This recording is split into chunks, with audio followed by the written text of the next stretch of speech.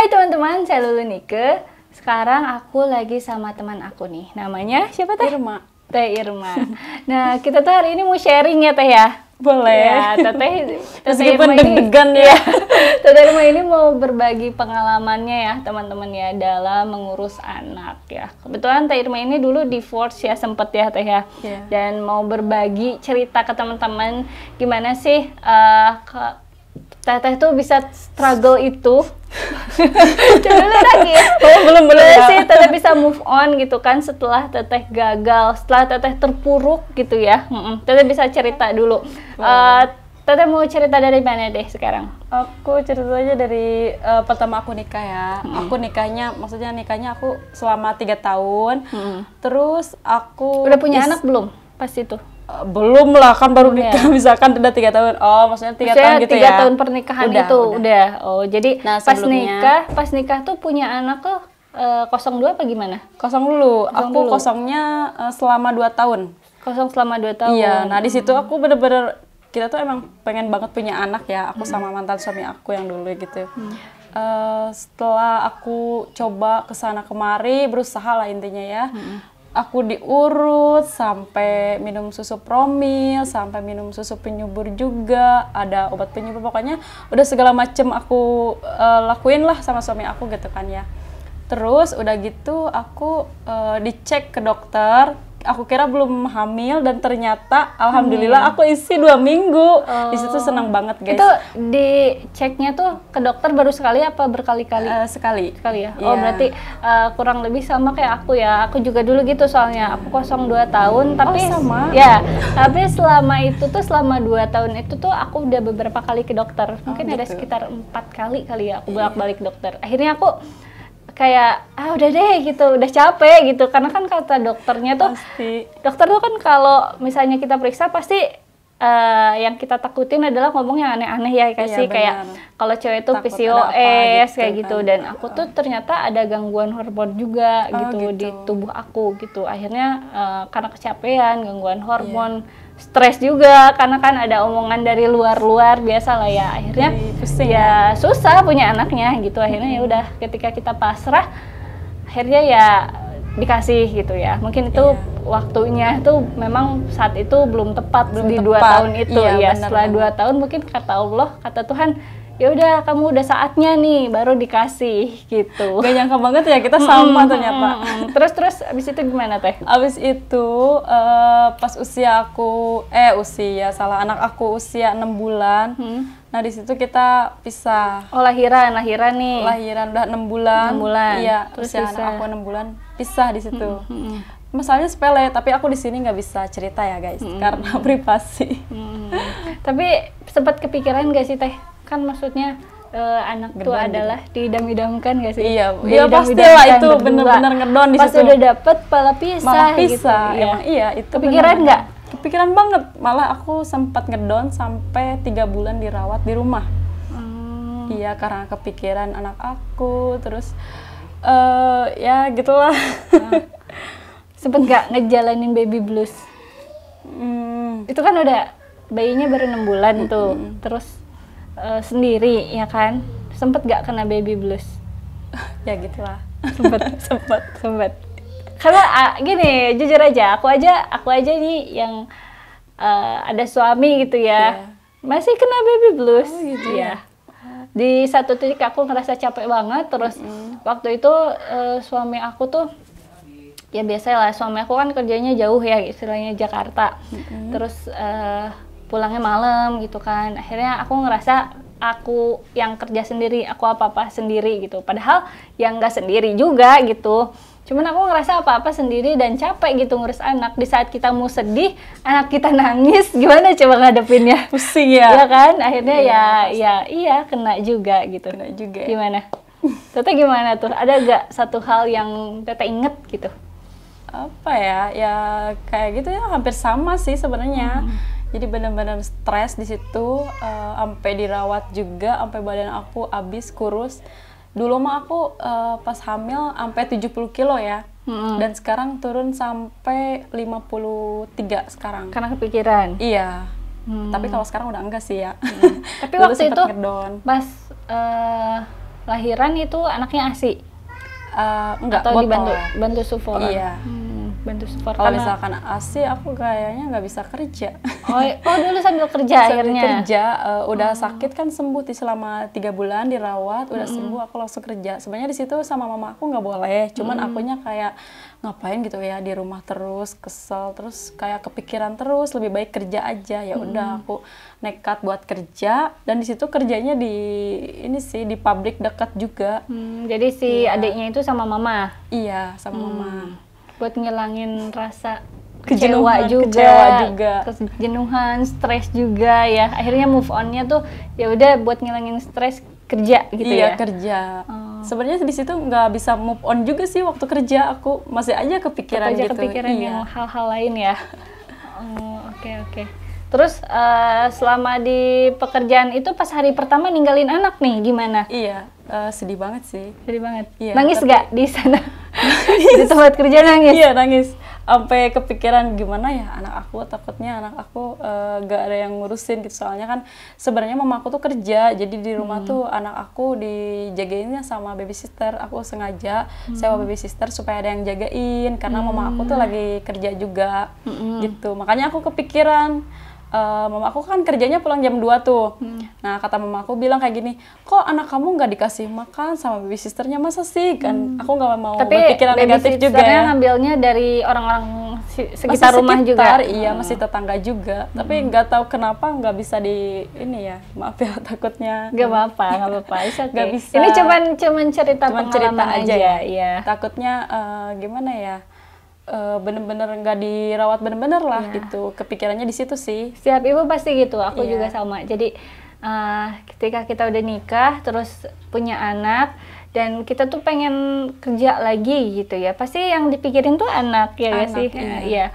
Kalau kita kerja pasti anak kita makan gak ya, dirawat dengan baik gak ya? Apalagi sekarang tuh lagi banyak kasus ART yang ini ya, yang sama anak tuh keras gitu ya, terjadi kekerasan ya kan. Baru-baru ini juga ada salah satu selegram yang anaknya tuh katanya digebugin sama ART gitu. Dan itu bikin ibu-ibu tuh makin takut ya kan, makin takut buat ninggalin anak. Padahal kalau di rumah ya anaknya ngeselin juga ya, kadang-kadang ngeselin, tapi kadang-kadang kejauhan keinget terus. Keinget terus gitu. Cuman ya kalau ibu kan beda. Kalau misalnya kita cubit sama orang lain cubit ya beda ya. Kalau sama kita nggak apa-apa ya. Iya, kalau sama kita mungkin karena sayang. Kalau sama orang lain kan belum tentu ya gitu. Terus Teteh waktu itu kerja berapa lama tuh? Hampir 9 bulan ya. Terus di situ sebenarnya pas aku kerja baru 2 bulan, mantan suami aku tuh kayak telepon aku, WA minta balikan. Belum, dia cuman bilangnya kayak gini, nggak tahu kenapa katanya keinget terus kamu katanya gitu kan. Tapi takut dia lihat, nggak apa-apa kan ya? Enggak kan. Nggak apa-apa deh kalau lihat juga, emang kenyataannya kayak gitu kan. Terus di situ aku juga sebenarnya masih suka, masih kepikiran gitu ya. Iyalah, cuman karena aku sakit hati banget di situ, jadinya aku ya udah deh, aku pura-pura aja mau balikan sama dia. Taunya aku cuman mau balas dendam kan. Aku juga udah bilang sih sama dia kalau aku tuh cuman balas dendam. Pas terakhirnya, pas ketahuan kalau aku selingkuh lagi, gitu. Aku bilangnya ke dia belum punya cowok. Emang belum sih di situ. Jadi awalnya dia yang selingkuh terus kamu balas dendam gitu. Iya gitu. Oke. Terus itu aku balas dendam karena aku sakit hati banget. Bilangnya kan kalau kita tuh pengen punya anak ini ya.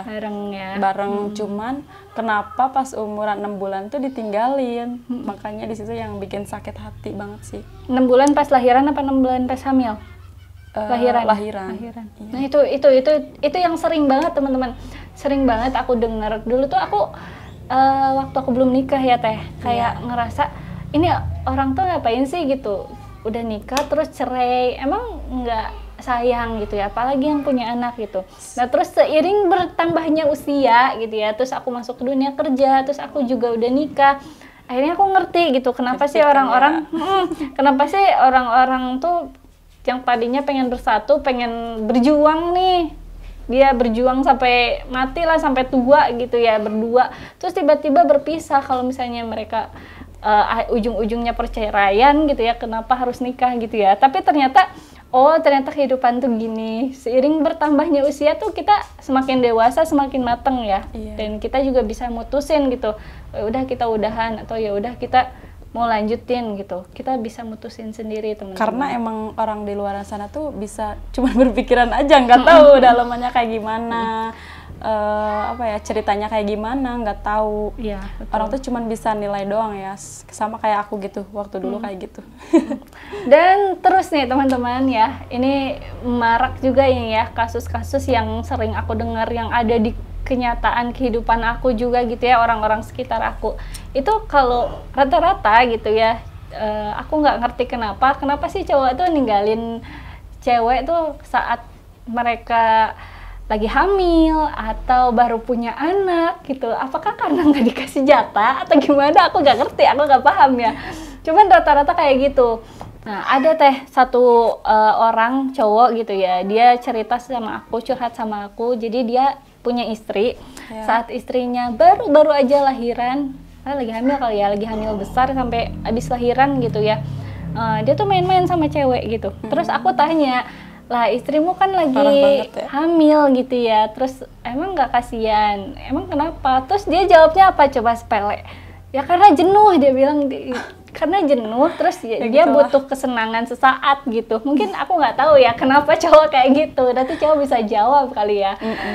Padahal istrinya tuh baik, tapi di satu sisi cowok yang kayak gitu dia bilang gini, itu tuh cuma kesenangan sesaat aja, sebenarnya gue tuh suka sayang ya tetap satu sama gitu istri. Sama istri dan anak. Tapi kita sebagai kaum wanita nggak mau digituin ya guys, nggak mau, nggak ada yang mau kayak gitu teman-teman. Jadi please ya buat cowok yang nonton video ini, please, ini aku bukan buka aib sendiri, bukan buka aib teteh, bukan, karena ini juga bukan pengalaman aku sebenarnya. Jadi aku cuman pengen nge-share pengalaman orang lain yang tadinya tuh ini tuh sebenarnya sebuah kesalahan. Mari kita perbaiki gitu, jangan sampai ada yang kayak gini lagi gitu loh.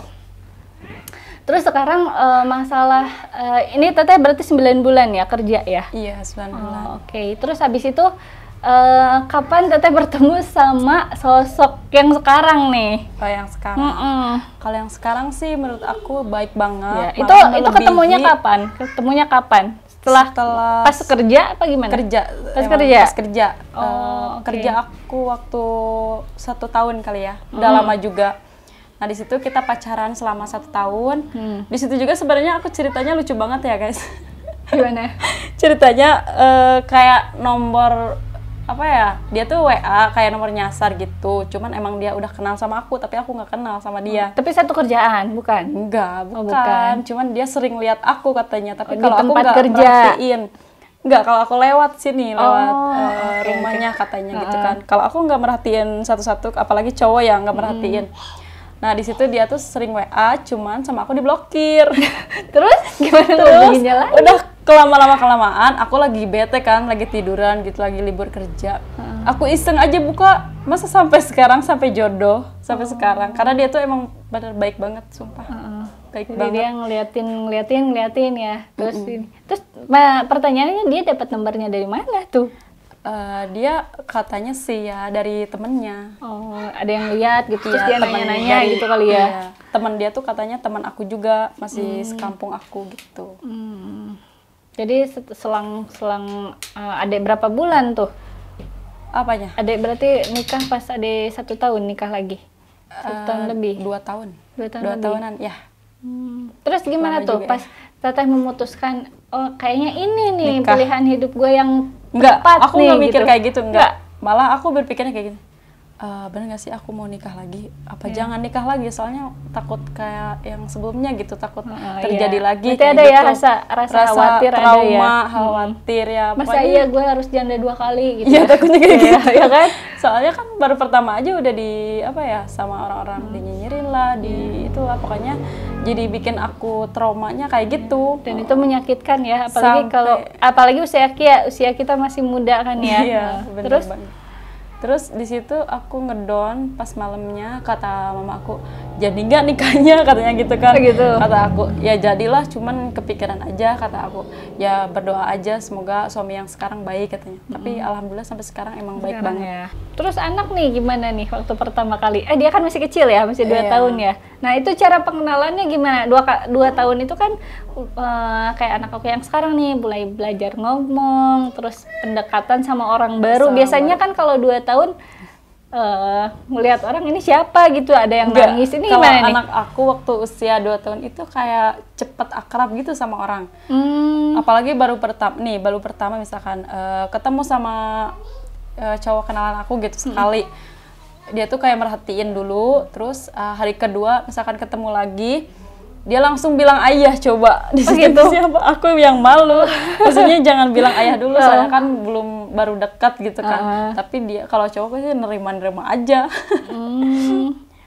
Untung baik ya. Iya, alhamdulillah baik. Dan dampak ke psikolog anaknya juga, anaknya nerima gitu ya. Iya.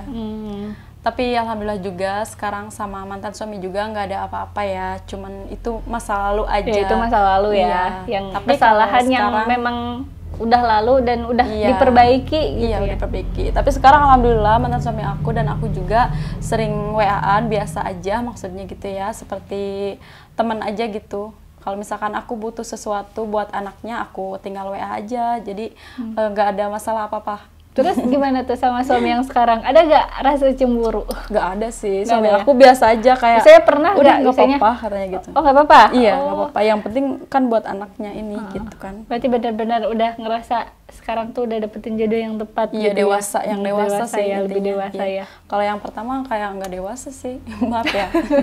Emang benar kenyataan. Soalnya ya emang gitu, maksudnya ya kita kan cocok-cocokan ya, pasangan tuh.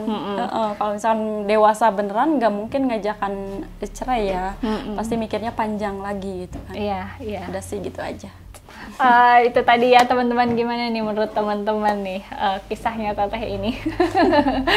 Ini ya sangat-sangat struggle ya, dari mulai nikah, terus dia kerja sambil ngurus anak pula ya. Mudah-mudahan kisah ini bermanfaat ya buat teman-teman semua. Dan mudah-mudahan teman-teman semua ini bisa mengambil hikmahnya ya teman-teman. Jadi jangan sampai terulang lagi, apalagi yang cowok-cowok nih ya, kalau misalnya lihat ya video ini, please ya jangan sampai terulang lagi. Kalau udah punya pasangan, please setia sama pasangannya.